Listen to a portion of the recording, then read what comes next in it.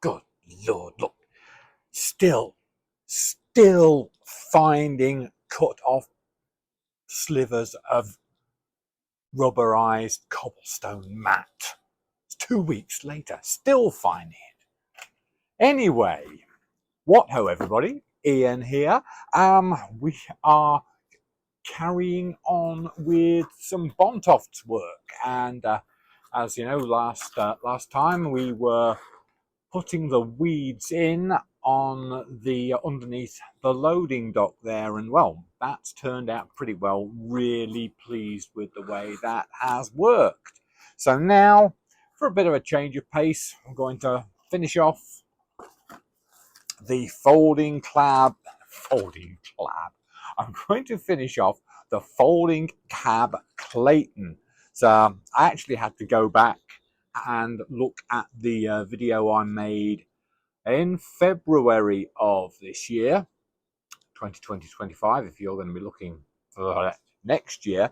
Anyway, so I looked up the video, found out what I'd actually done, and so now I can carry on with this. I think what I'm going to do is I'm going to give it another bit of a sand down and a clean up, and then we're going to prime it and see where we go from there.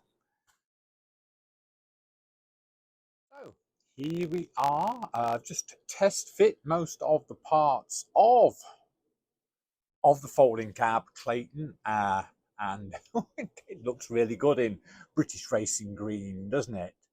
And you know what?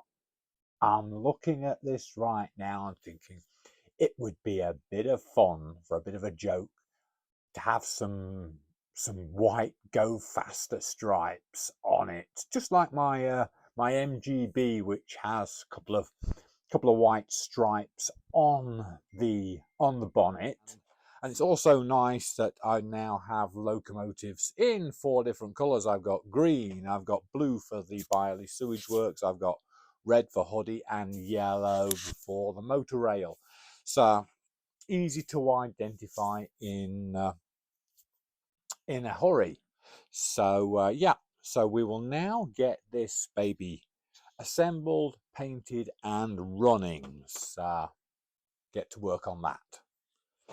So yeah, I'm going to spend quite a bit of time going through the instructions and double checking that anything that I've done already with the painting doesn't affect what I'm going to do next. So the first task seems to be to get these wheels on their axles and in place. And of course, having spray painted these, there's every chance I've got some paint on the inside there so that the axles don't go on so smoothly. But let's see. Use a small hammer to tap each into a wheel. Hammer sandwich. Is this hammer small enough, do you think? Anyway, it's going in. It's going. What have we got? Push an axle through the hole at the back of the chassis from the side shown. So that goes in there like that. Then push through the axle gear. Actually, this is a little bit tricky.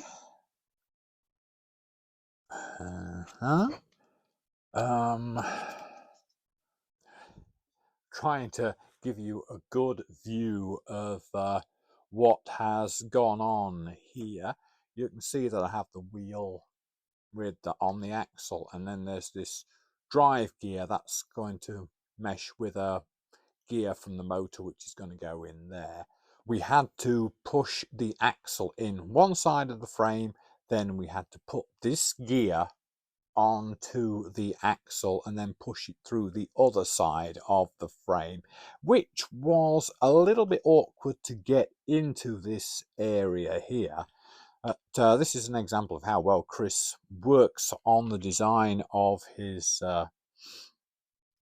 kits. Is like you're then given this little spacer here, which you put in there and then push the axle all the way through, and the gear is now going to be in the correct position to mesh with the gear on the drive shaft of the motor here. So we'll put the other wheel on, and we'll have an axle. Well, one wheel led to another, and there you are. The whole thing just came together so very quickly. We popped a driver in it, and look, that's gorgeous. It really is. And I have to say this about this kit. This is actually the slowest moving of all the kits that I've made from Chris. So maybe that little spacer that I was sticking in the axle there really worked really well to make the gears mesh perfectly. So yeah, just look at the crawl on that thing. That is absolutely beautiful.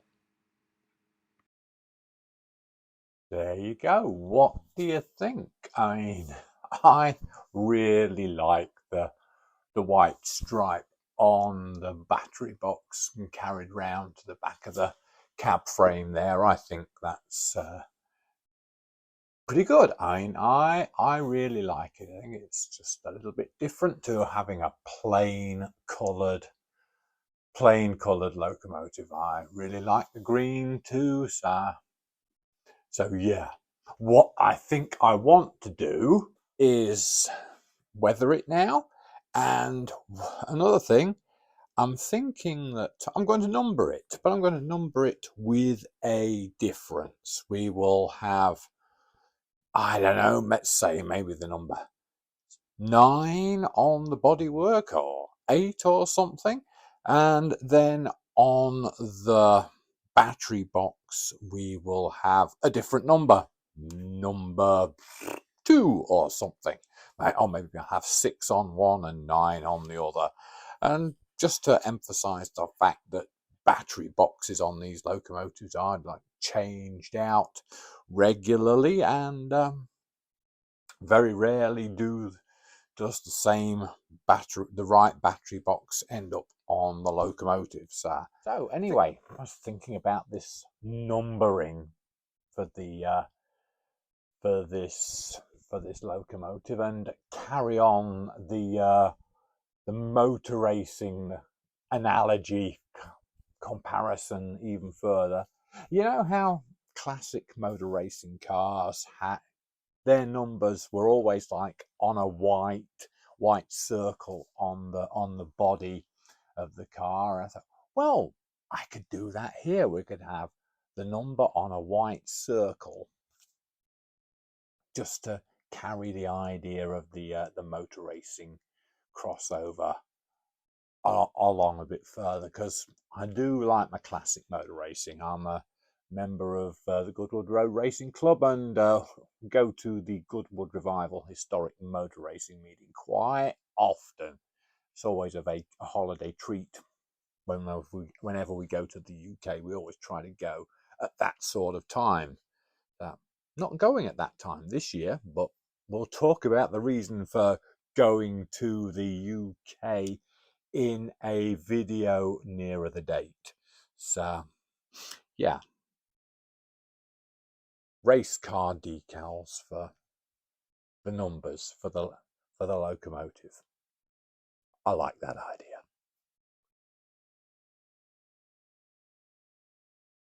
How to weather these little locomotives. I have my own way of doing it. Everybody has their own way of doing it. Mine's pretty simple. It involves this. This is asphaltum paint. This is Americana Deco art. So it's a dirty sort of browny sort of colour, and what I do is I basically just like dry brush it on. I've got a little drop here, and I'll just take a little bit of it, and then I just like scrub it onto the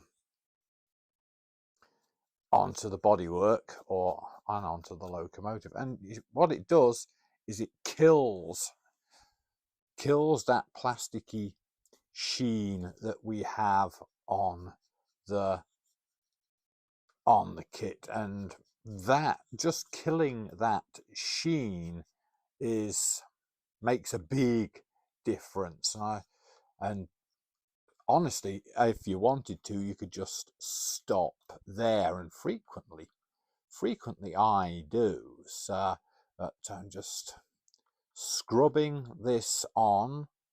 Sometimes I like on the wheels here, I'm going to get it on a bit thicker. Mostly it's just a light scrubbing of the paint on the bodywork, just to kill that sheen from the paints. And I think sometimes that's all you really need. So the thing you have to remember when you're just scrubbing this on is to scrub vertically, because gravity, basically, dirt will fall down. Dirt is washed down by water, so basically you're just going to like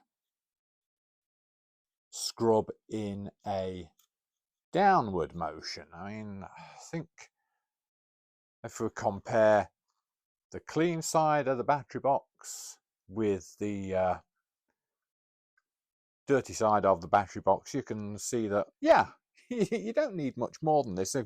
We can, and I probably will later on, go in and add lots of rust and stuff around a few spots, but really all you need to like make your models just look a little bit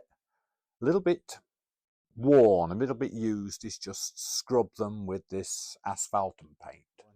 I think what I'm going to do in the bottom here is, well, I'm going to probably lash this paint on really quite thick, because this is the floor, this is where your boots go, and well, this then by default is actually gonna be really, really muddy and dirty in there. So we'll probably get a lot of the brown in there. So, but anyway, there we go. I think we've got a really effectively weathered industrial locomotive. A little bit more work to do to it yet, but right now I think that is looking pretty good. Another unique little locomotive for Bontofts. We're up to four now, all four. Oh my gosh, look at the colour. We are pretty colourful there. Yes, we got a pretty colourful locomotive fleet. So I'll get the number identification for the folding cab Clayton sorted at a later date, probably when I've got all the weathering done for it as well. So that's been a good piece of work this week. So I'm going to say, I will try to say I will see you next week for another video, but the deadline for the micro model railway dispatch is actually getting quite pressing, so I need to spend some time on that. Plus, I'm also really, really, really wanting to get the book finished for you as well. So hopefully I will see you next week, but in the meantime, build that model, lay that track, run that train, but above all, have fun. We'll see you next time.